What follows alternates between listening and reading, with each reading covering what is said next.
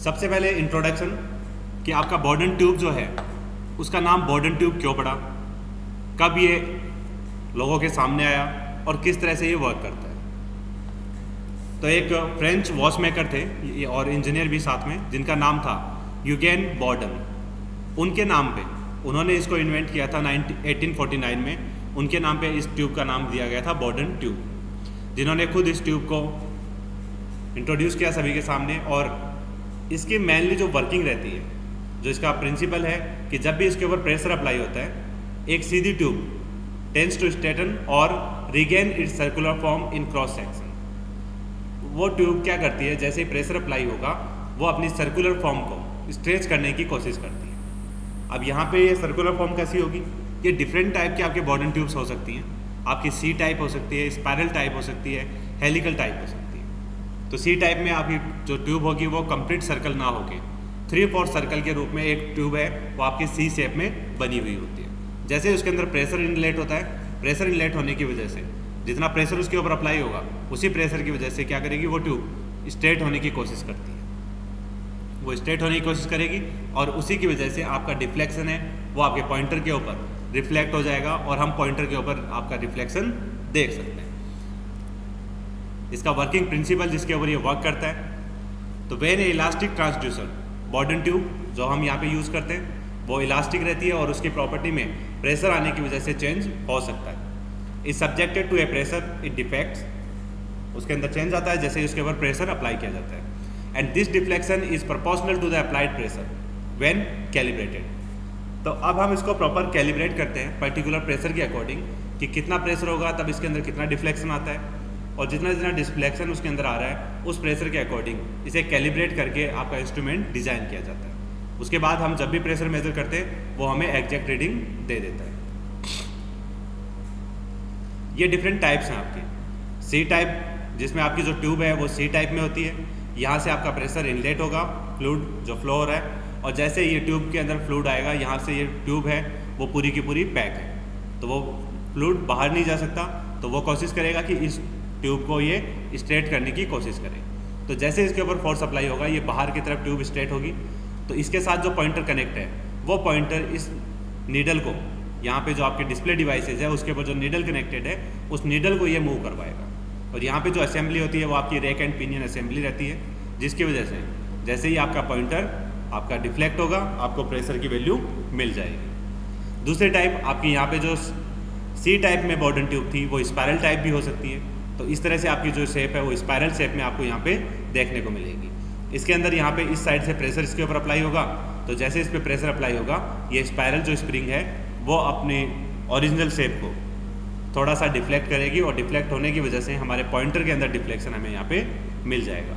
ऐसे ही हमारा हो सकता है हेलिक्स टाइप, जिसके अंदर आपकी हेलिक्स शेप में ट्यूब हो सकती है, और उसके ऊपर जैसे ही प्रेशर अप्लाई होता है उस प्रेशर के अप्लाई होने से उसके हेलिक्स की शेप में चेंजेस आ जाएंगे, और वो जो चेंजेस होंगे उनकी वजह से आपका डिफ्लेक्शन हमें यहाँ पे देखने को मिलेगा। तो ये डिफरेंट टाइप हैं बॉर्डन ट्यूब की। कंस्ट्रक्शन अगर हम देखें तो कंस्ट्रक्शन में आपको यहाँ पे दिखाई दे रहा है एक सी टाइप की बॉर्डन ट्यूब।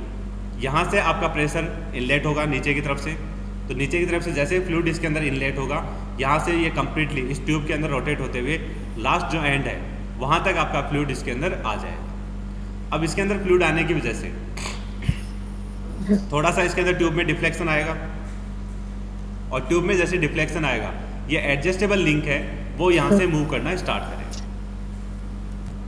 तो वर्किंग कंस्ट्रक्शन में अभी हमने यही देखा कि आपका जो एडजस्टेबल लिंक है वो क्या करेगा, इस डिफ्लेक्शन के साथ जो भी आपकी ट्यूब है, इस ट्यूब के अंदर प्रेशर की वजह से डिफ्लेक्शन आएगा, डिफ्लेक्शन की वजह से ये ट्यूब बाहर की तरफ एडजस्ट होने की कोशिश करेगी, और जैसे ये मूव करेगी यहाँ से ये लिंक आपका यहाँ साथ में मूव करेगा।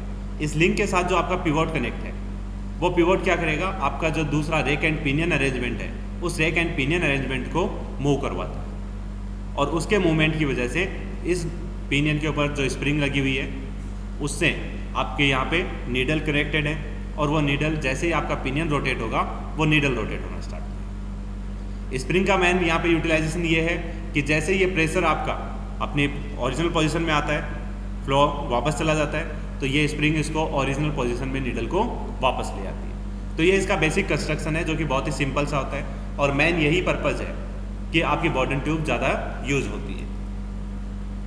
वर्किंग यहाँ पे आपने देखा कि जैसे आपका प्रेशर इसके अंदर इनलेट होगा वैसे ही आपकी ट्यूब है डिफ्लेक्ट होगी, और डिफ्लेक्शन की वजह से आपका पॉइंटर या नीडल जिस तरह से चेंजेस आएंगे उनको यहाँ पे हमारे डिस्प्ले जो मीटर है उसके ऊपर रिफ्लेक्ट करके हमें शो कर देता है। साथ में हमें इसमें कैलिब्रेट करना इसलिए इम्पोर्टेंट हो जाता है क्योंकि जब हम इसको कैलिब्रेट करते हैं तब हमें एक्चुअली पता चलता है कि हमारा कितना प्रेशर इसके ऊपर अप्लाई होने की वजह से इसके अंदर डिफ्लेक्शन कितना आ रहा है, और उसी डिफ्लेक्शन के अकॉर्डिंग आपकी स्केल इसके अंदर मेज़र की जाती है।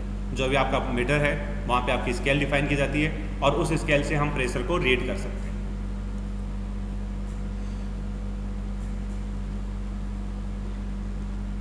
एडवांटेज अगर हम देखें तो बॉर्डन ट्यूब के एडवांटेजेस क्या हैं? एक्यूरेट रिजल्ट के लिए हम इसको यूज कर सकते हैं। This Bourdon tube pressure gauge give accurate result. Low cost है, बहुत सस्ते आते हैं। Are simple in construction, easy construction है। Can be modified to give electrical output, और इनको इजीली हम मॉडिफाई भी कर सकते हैं क्योंकि बहुत ही ज़्यादा सिंपल कंस्ट्रक्शन है इसका। They are safe even for high pressure measurement. इनकी प्रेशर रेंज है वो बहुत ज़्यादा रहती है, 0.6 बार से 7000 बार तक हम इनको यूज़ कर लेते हैं। Accuracy is high specially at high pressure. ज़्यादा प्रेशर होगा तो वहाँ पे इसकी एक्यूरेसी भी ज़्यादा मिलती है। कुछ डिसएडवांटेज या लिमिटेशंस भी हैं इसके। एक तो ये रेस्पॉन्ड बहुत स्लो करता है, तो जो भी इसमें प्रेशर चेंजेस होंगे उनमें इसका स्लोली रेस्पॉन्स मिलेगा, और स्लो रेस्पॉन्स की वजह से हमें रिजल्ट कई बार डिले मिलते हैं। They are subjected to hysteresis.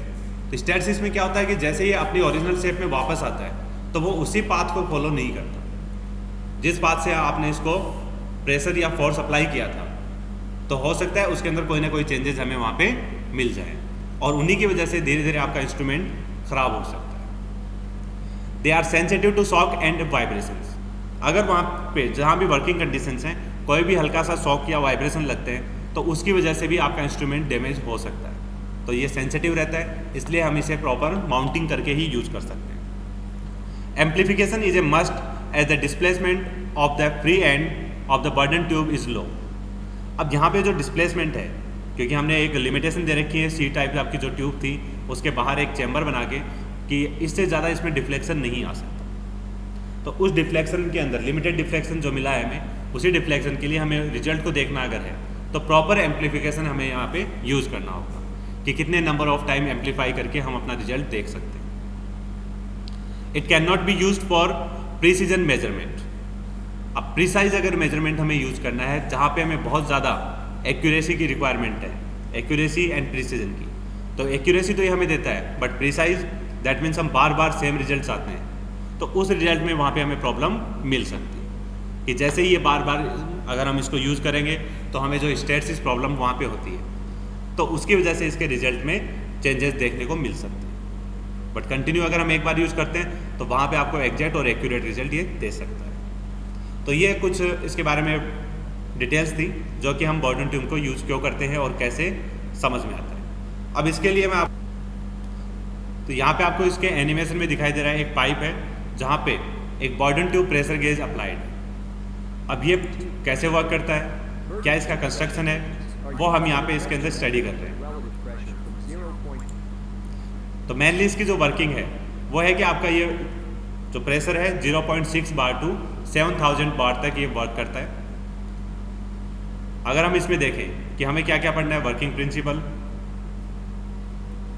Construction कैसे डिज़ाइन होता है, एंड वर्किंग और किस तरह से ये वर्क करता है, और लास्ट में एडवांटेज डिसएडवांटेज जो हमने अभी स्टडी किए थे।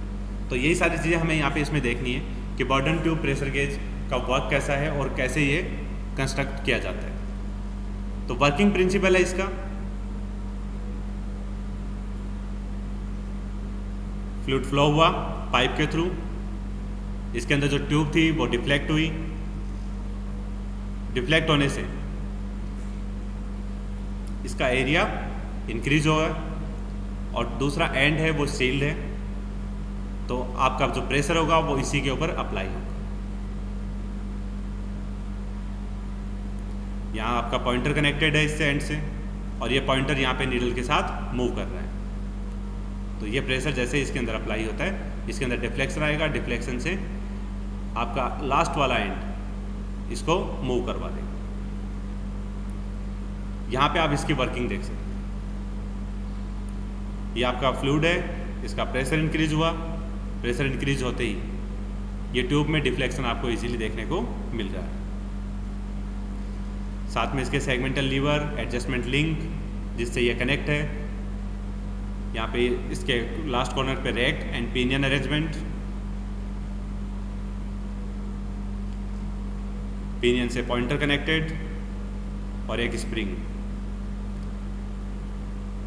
तो जितना इसमें चेंज आया उतना डिफ्लेक्शन आपको यहाँ पे मीटर पे देखने को मिल जाएगा। तो इस तरह से नॉर्मली इसका कंस्ट्रक्शन रहता है और इसकी वर्किंग रहती है। अब अगर हम यहाँ पे देखें कि साइफन ट्यूब टाइप कि आपका डायरेक्ट जो प्रेशर आ रहा है वो प्रेशर डायरेक्टली आपकी सी टाइप जो ट्यूब है उसके ऊपर इफेक्ट ना करे, इसलिए हम यहाँ पे एक साइफन ट्यूब यूज़ कर सकते हैं जिसके अंदर कोई भी हम दूसरा मटेरियल यूज़ कर सकते हैं, जैसे मरकरी मोस्टली यूज होने वाला मटेरियल है। तो उसके अंदर जो चेंज आ रहा है उन चेंजेस की वजह से कितना डिफ्लेक्शन इसके अंदर आएगा वो डिफ्लेक्शन हम यहाँ पे स्टडी कर लेंगे। अब यहाँ पे जैसे इसका ये फ्लूइड है वो इस फ्लूइड को प्रेशराइज करेगा और उसके प्रेशर की वजह से इसके अंदर जो चेंजेस आते हैं वो चेंजेस हमें यहाँ पे पॉइंटर के रूप में मिल जाते हैं। एडवांटेज वही है, प्रेशर गेज एक्यूरेट रिजल्ट देता है, कॉस्ट ऑफ बॉर्डन ट्यूब कम है, सिंपल है कंस्ट्रक्शन में, can be modified easily, electrical output अगर हमें चाहिए डिजिटल आउटपुट में, they are safe even for high pressure measurement और एक्यूरेसी हाई प्रेशर के लिए अच्छी रहती है। और जो लिमिटेशंस हैं, जो डिसएडवांटेज हैं, वो they respond slowly to change in pressure, they are subjected to stasis, they are sensitive to shock and vibrations and amplification is must. तो ये सारी चीज़ें थी जो हमें यहाँ पे देखने को मिल